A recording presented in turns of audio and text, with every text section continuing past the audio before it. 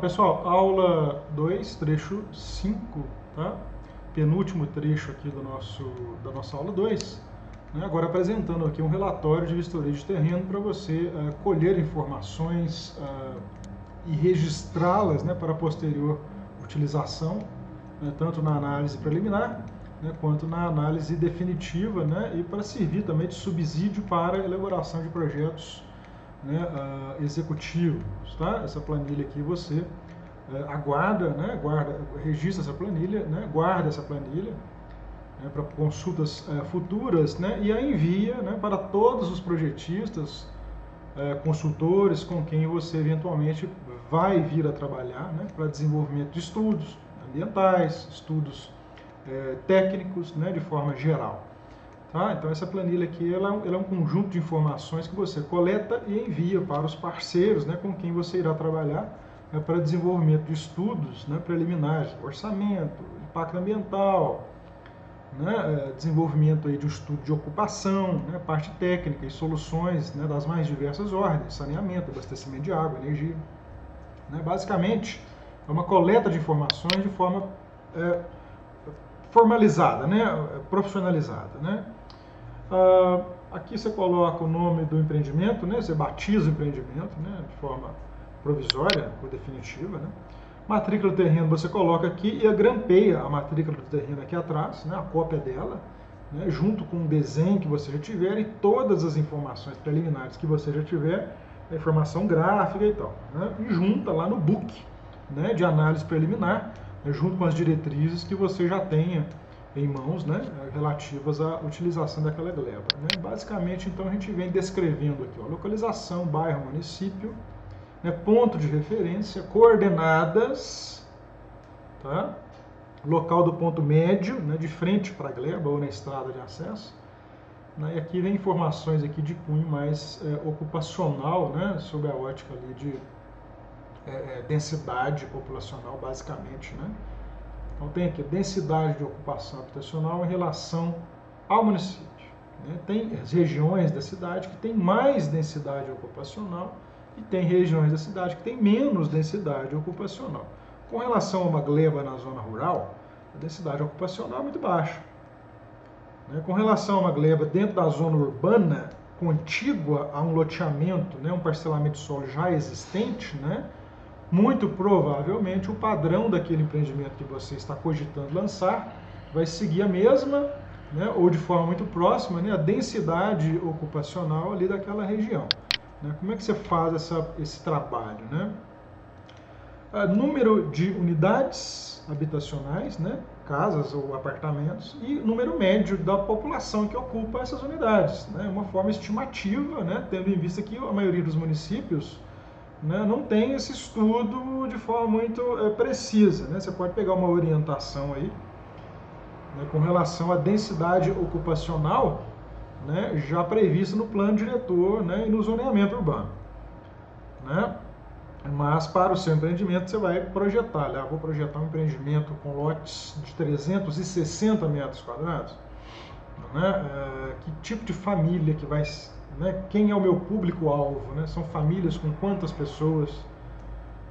É claro que isso não é uma precisão muito grande, às vezes tem família que tem uma pessoa e tem família que tem 12 pessoas, né? Mas você vai fazer uma média. Né? Uso predominante da região circunvizinha, né? Residencial unifamiliar. Unifamiliar são casas para uma família, né? São casas térreas, né? Uma família só que habita. Residencial multifamiliar são edifícios com apartamentos, né? Edifício residencial multifamiliar, com várias unidades habitacionais. E assim se segue, ó. Ocupação da vizinhança, comercial, industrial, mista. Né? Você pode adaptar esse formulário aí para inserir várias informações, tipo observações. Residencial, porém com 2 ruas comerciais, de nome tal, conforme Google Earth tal. Né? Então você caracteriza a vizinhança, né, do entorno, né, da gleba. Padrão usual de acabamento das edificações do entorno. Né? Transporte coletivo tem, né, qual? Trem, ônibus ou van? Brasil é ônibus. Né? Transporte coletivo no Brasil é ônibus, não tem trem, igual nos Estados Unidos e na Europa. Né? Distância ao transporte coletivo disponível no entorno, né? Onde que o ônibus chega, né? Qualidade do transporte coletivo disponível no entorno, né? Você vai caracterizá-lo aqui, ó. Cabe também escrever uma observação, se é bom, por quê? Né? O que é um transporte coletivo caracterizado como bom? Né? Existem ônibus novos com atendimento em frequência inferior a 30 minutos por atendimento, né, por parada no ponto, né, o regular, o deficiente, né, o deficiente passa a cada 3 horas, né, você pode estabelecer um padrão, um critério para você considerar o que é bom e o que é regular e deficiente, né, às vezes nem tem atendimento lá, né, distância ao polo de influência mais próximo. O que é um polo de influência? Né, uma zona comercial, próximo bairro, né, uma zona de indústrias, uma zona aí de um polo turístico, né, algum atrativo que possa, né, gerar influência nesse empreendimento. Né, ou seja, vou construir um loteamento aqui, um condomínio nesta gleba aqui para atender as pessoas que estão vindo morar, né, ali no novo fórum que está sendo construído ali. Está sendo construído um fórum novo, lá, gigantesco, lá, né, que vai trazer ali profissionais, vai trazer moradores, escritórios de advogados, né, uma série de serviços. Né, então você tem ali um polo de influência. Né, o polo de influência pode ser também uma estância hidromineral, né, pode ser uma zona comercial específica, né, você coloca a distância, né, distância ao mercado de trabalho mais próximo, você vai medir, né? Ou você mede lá no carro, andando, né? No seu odômetro lá, né? Ou você mede no próprio Google Earth mesmo. Né? Ou já foi zona de uso predominantemente industrial? É preciso se considerar essa questão, né? Porque eventualmente pode ter sido descartado resíduo ali, né? Do processo industrial, né? Sem o devido tratamento, né? Isso que impede, né? Você, né, de implantar um loteamento ali conforme, né, a legislação exige. Né? Ou você trata, né, ou você trata aquela contaminação, se eventualmente existir, né, ou você parte para outra opção de investimento. Né? Conjunto habitacional, tem ou não? Né? É importante ter essa informação também. Aqui relatórios, deixa eu só puxar essa planilha para cá. Aqui nós temos, aqui não está dando para ver, né? Deixa eu tentar chegar para cá. Deixa eu parar o vídeo aqui e puxar a planilha para cá para você poder ver como funciona. Ok, retomando então, aqui eu puxei um pouco aqui o display, né, de captação de tela. Aqui então, vias de acesso inexistente em projeto, não prevista, existente é pavimentada ou não, e a conservação da via de acesso. Qual a distância do acesso ao terreno, né? Equipamentos comunitários e serviços públicos. Aqui no caso desse estudo que eu fiz, ó, as distâncias eu medi, estão aqui, tá? Medi com o meu carro, tá? Não medi com o Google Earth. Então, eu fiz uma pesquisa bem extensa, né, lá com relação à ocupação da eventual ocupação, né? Nesse caso aqui foi um condomínio, tá? A rede de água existente ou não, rede de esgoto, tudo isso tem que se colocar aqui. Tá? Se existe ou não, né? Rede de água, rede de esgoto, rede de energia elétrica, iluminação pública, não só na gleba existente, tá? Mas no ponto mais próximo, tá? Aqui se coloca aqui, ó, rede de água. Se a gleba já possui arruamento e abastecimento, você está pensando em plantar um condomínio, então você coloca 0, já tem no local, distância em metros, 0, o ponto está lá. Agora, se tiver 1 km de distância, 1000 metros. Lembrando que os orçamentos para serviços de abastecimento de água, rede de esgoto e drenagem são feitos por metro, tá? Se não existir inexistente em construção, né? Outra caracterização aqui é insuficiente, tá? O conjunto de equipamentos comunitários no entorno pode ser considerado suficiente, insuficiente ou inexistente, né? Você viu no nosso curso o que é equipamento comunitário: escola, posto de saúde, creche, né, atendimentos aí de cunho, edificações, aí, instalações de cunho cultural, né, centros de cultura, alguma coisa nesse sentido, né, escolas. Né. Aqui fatores de risco, Tá? É importante se caracterizar isso aqui. Tá? Risco de deslizamento, fatores naturais, né? Os bióticos, não são os antrópicos, né? Fatores ambientais e sociais são os antrópicos. Né? Favela, penitenciária, indústria poluente, indústrias em geral, usina de lixo, matadouro, via expressa. Né? Via expressa causa poluição sonora, né? E fora a questão do trânsito. Né? Viaduto, cemitério, hospital, clube noturno. Né? Várias situações aqui para você analisar. Tá? Descrever fatores de risco e impacto. Né? Você pode utilizar aqui ó, a questão da se tem impacto ou não e qual a magnitude desse impacto, utilizando aquela tabela que a gente utilizou, né, como exemplo, né, ilustrativo aqui no último trecho da aula 2, né, no trecho 14. Né? Risco de propagação de contaminantes via subterrânea ou águas superficiais é uma questão assim difícil de mensurar, mas precisa ser observado. Né? Você precisa observar, ó, tem uma indústria a 2 quilômetros daqui, né? E o mesmo ribeirão que passa aqui na minha gleba passa lá na indústria. Eu não sei se lá nessa indústria existe um tratamento de efluente para despejo, né, no curso d'água. Eu sugiro você, meu projetista, meu analista de ambiental, né, que se nós viermos a fechar, né, a elaboração dos projetos e o trabalho de estudo de impacto ambiental, o senhor vai lá verificar isso para nós, ok? Eu estou te informando que tem um potencial risco. Né?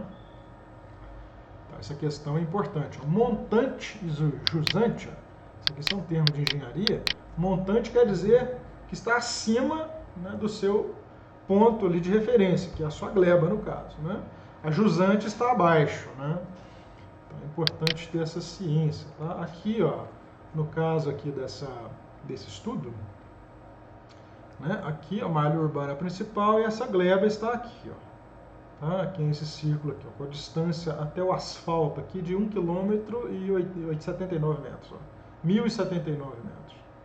Tá? Então aqui foi implantado um loteamento. Tá? Vou mostrar para vocês aqui, o empresário queria montar lá um condomínio. Tá? Aqui então características do terreno, 6 hectares e meio praticamente, número de frentes não coloquei porque ele tem várias frentes. Tá?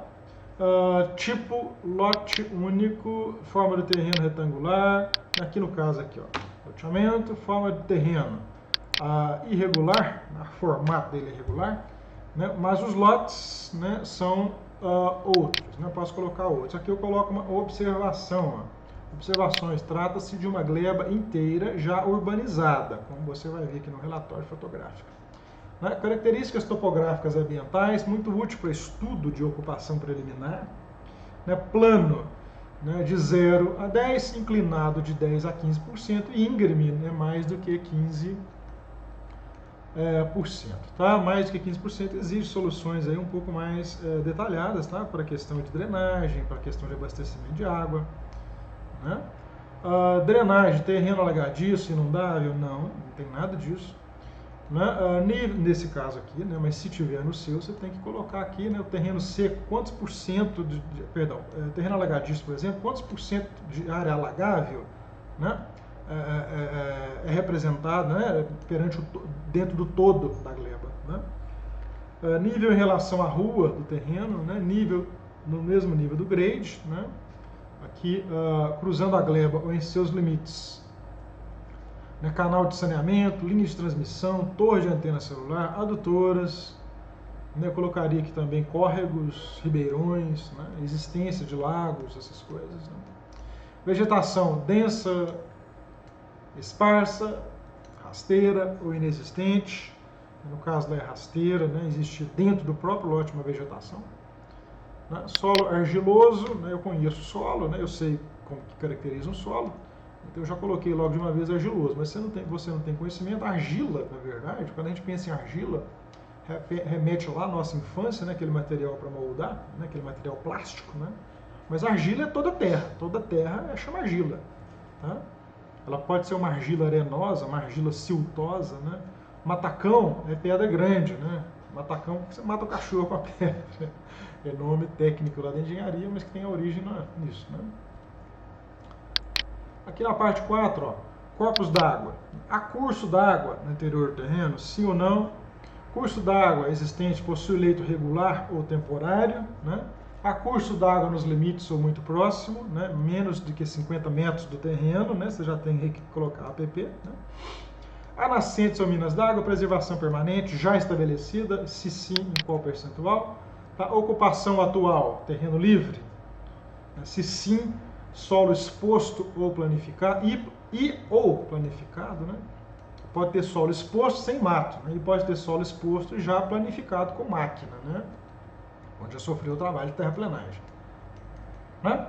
Com vegetação, relevo natural, relevo modificado, livre, construções provisórias, barracos, unidades. É importante fazer isso daqui, ó. Essa análise aqui, ó. Se tem barraco, se não tem, se tem invasão. Né? Terreno ocupado, se sim ou não, em quais condições, né, de ocupação, o histórico de ocupação, conversa com vizinhos, né? Presença de resíduos, né? Aqui questão mais sensorial mesmo, cheiro químico, vapores ou fumaça originária do terreno. Aí não pode nem acender cigarro lá, né? Existem morrinhos, caçambadas, descartes, né? Coloração artificial do solo, isso são indícios, né, de resíduos, tá, de indústria. É importante se observar isso também, tá? Tem às vezes indústrias que utilizam terrenos, compram terreno para descartar, né, o resíduo do processo industrial, seja ele qual for, tá? Resíduo sólido, químico, né, aquoso ou misturado, né, plástico, né? Ok? Aqui no item 5, né, manifestação, terreno recomendado ou não? Esse terreno é passível de receber um planejamento, um parcelamento de solo? Né? Com esse próprio relatório aqui você já pode tirar conclusões preliminares. Né? E aí descrever, ó, né, os motivos da não aceitação. Né? Se caso for totalmente descartado ou se for recomendado com ressalvas. Tá? Você vê que o formulário ele é bastante adequado para esse tipo de estudo preliminar. É assim que a gente filtra, né, oportunidades. Né? O que mais aparece são oportunidades. Ah, eu tenho uma gleba aqui, eu quero lotear ela, vem cá ser meu parceiro. Ou se não, faz um estudo aqui para mim de ocupação, né? Você pode trabalhar como consultor fazendo essa análise prévia, né, cobrando por isso. Né? Se o cliente e vocês entrarem em acordo, né, a gleba for adequada para receber um parcelamento de solo ou implementação de um condomínio, né, vocês aí fecham então um contrato para estudos aprofundados, definitivos e a elaboração dos projetos definitivos executivos. Né? Pode ser firmado um contrato a posterior a essa fase, né, de gerenciamento da implantação, né, se você for um engenheiro civil autônomo ou profissional de loteamentos autônomo, né, se você for da própria empresa loteadora, né, já procurou uma parceria, né, para o proprietário do terreno. É o loteador para você pagá-lo em terrenos, né? Aqui no caso aqui, ó, gleba, isso aqui é observação minha, tá? Gleba já foi urbanizada, produto da urbanização, lotes retangulares com 200 metros quadrados, todos eles com 10 de frente, tá? Isso aqui foi em 2018. E aqui o relatório do terreno, né? Relatório fotográfico, perdão. Né? Aqui o empreendedor iria fazer uma entrada numa dessas quadras e fazer um condomínio dentro de uma quadra. Uma quadra inteira ia ser um condomínio de casas, de médio padrão para de médio e baixo padrão. Né? Aqui é uma ocupação lá de parte da gleba, né, com casas populares, né? E outra parte seria um condomínio mesmo fechado, de casas. Bem interessante. Isso aqui foi em 2018. Ok? Esse formulário está aí na sua área de documentos auxiliares para você adaptá-lo à sua realidade e fazer o preenchimento dele. Em função aí de diversas visitas que você pode, porventura, né, fazer ao longo da sua vida profissional como prestador de serviço ou como funcionário de empresa loteadora. Ok?